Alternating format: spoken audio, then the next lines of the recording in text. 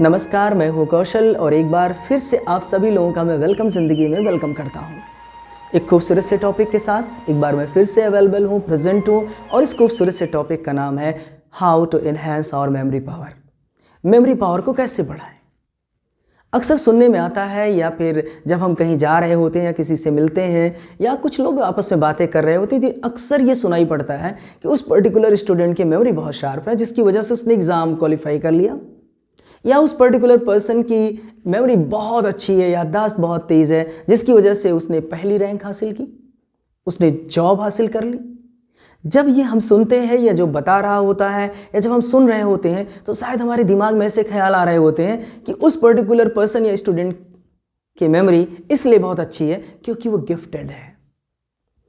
ऐसा होता है क्या? मेरे हिसाब से तो ऐसा नहीं होता। मुझे बस इतना मालूम है कि पिछले वीडियो मैंने एक बात रखी थी कि excellence can be duplicated. Excellence की डुप्लीकेसी हो सकती है। अगर किसी की मेमोरी इतनी अच्छी है कि वो कोई चीज़ क्वालिफाई कर रहा है तो नो डाउट ये पता करना बहुत ज़रूरी हो जाता है आखिर वो करता क्या है जिसकी वजह से इतनी अच्छी मेमोरी उसके पास है। गिफ्टेड नहीं है वो कुछ ऐसी टेक्निक्स हैं, तकनीक हैं, कुछ ऐसे प्रोसेस है, कुछ ऐसे मेथड्स हैं जिनको कंटिन्यूअसली प्रोसेस में लेता है और उसकी वजह से उसकी मेमोरी बहुत अच्छी हो जाती है।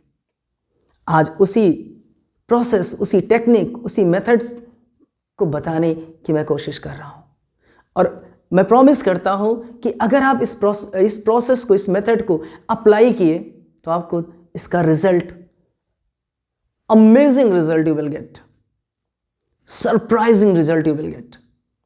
तो चलिए आते हैं, बताते हैं कि वो कौन सी ऐसी चीजें हैं जिनकी वजह से किसी की मेमोरी इतनी ज्यादा शार्प हो जाती है और उसको न करने की वजह से कितनी खराब मेमोरी यानी सीव जिसको बोलते हैं, ऐसी मेमोरी लोग लेकर के चलते हैं और अक्सर याद नहीं रहता उनको। तो चलिए जानते हैं वो सारी चीज़ें कैसी हैं, वो कौन से प्रोसेस हैं। सिर्फ 3 चीज़ें आपको समझनी है। 3 things you have to understand. पहली चीज़ आपको समझनी है इम्प्रेशन और रजिस्ट्रेशन। सेकंड थिंग आपको समझनी है कि आप रिटेंशन क्या है, और थर्ड चीज़ आपको समझनी है कि रिकॉलिंग और टेस्टिंग क्या है। ये 3 ऐसी टेक्निक हैं जो साइकोलॉजिस्ट प्रूव कर चुके हैं। ये साइकोलॉजी कहती है कि अगर हम इसको करें तो हमारी मेंटल एबिलिटी बढ़ जाती है, मेमोरी पावर बढ़ जाती है। जैसे पहली चीज़ का नाम मैंने बताया रजिस्ट्रेशन और इम्प्रेशन। मतलब ये हुआ कि जब हम किसी चीज़ को पढ़ते हैं, कोई बुक पढ़ते हैं, कोई कंटेंट पढ़ते हैं या कोई इवेंट याद करने की कोशिश करते हैं, कोई इंसिडेंट किसी पर्सन को या किसी को, उस समय हम कैसे पढ़ते हैं या कैसे उस इवेंट को देखते हैं ये मायने रखता है। ये मजाक नहीं है।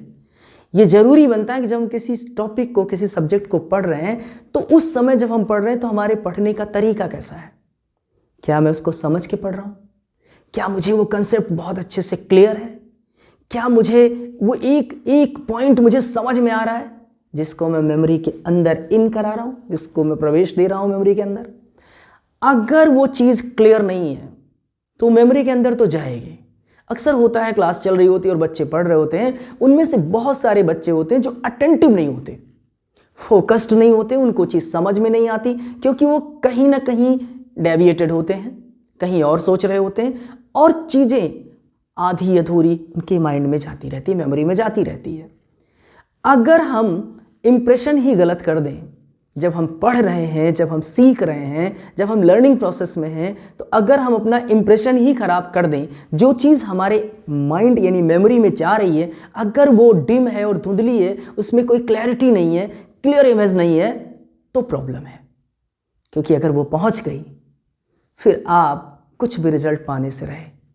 क्योंकि जब वो, क्यों ऐसा मैं बोल रहा हूँ, क्योंकि उसका एक आगे एक लॉजिक है, उसका एक कनेक्शन है, इतना अच्छा कनेक्शन मैं आपको बताता हूँ। तो जब आप पढ़ने की कोशिश करिए, जब कोई चीज़ आप मेमोरी के अंदर इन कराने की कोशिश करिए, थोड़ा सा पेशेंस रखिए और उसकी क्लियर इमेज, क्लियर कंसेप्ट अंदर जाने दीजिए। और आप जब पढ़ रहे हो तो बिल्कुल आप डिटर्मिनेशन के साथ, बिल्कुल फोकस्ड कंसंट्रेशन के साथ आप चलें, क्योंकि जो इमेज अंदर जा रही है, जो कंटेंट अंदर जा रहे हैं वो क्लियर होके जाएं।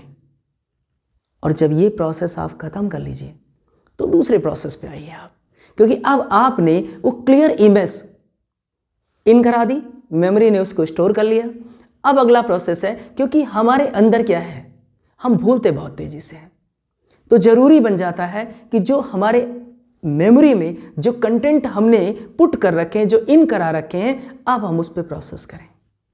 उसको एक बार नहीं, 2 बार नहीं, 3 बार नहीं, हम उसे रिवीजन में लाएं। और जैसे जैसे हम रिवीजन में लाते जाएंगे वो चीज़ आसान होती चली जाएगी। ये रिवीजन का प्रोसेस, रिवीजन ये कहता है कि बार बार किसी चीज़ को दोहराने से वो चीज़ आसान हो जाती है और फिर वो परमानेंटली स्टोर्ड हो जाती है। नहीं तो मेमोरी उनको रिटेन नहीं कर पाता, मेमोरी उनको स्टोर नहीं कर पाती, वो कहीं ना कहीं डिस्टर्ब करती रहती है और परेशान करती रहती है। तो इसलिए अगर हम चाहते हैं कि वो हमारी मेमोरी में परमानेंटली स्टोर्ड हो तो हम रिटेंशन प्रोसेस से गुजरें, हम बार बार रिवीजन करें, हम बार बार उस कंटेंट पे प्रोसेस करें, हम बार बार उसको रिवाइज करते रहें। और अगर हम ऐसा किए तो मेमोरी में हमारी वो परमानेंटली स्टोर्ड हो जाएगा कंटेंट। अब बात आती है तीसरे प्रोसेस पे। हमने क्लियरली बहुत अच्छी इमेज इन कराई, यानी रजिस्ट्रेशन, इंप्रेशन अच्छा हुआ।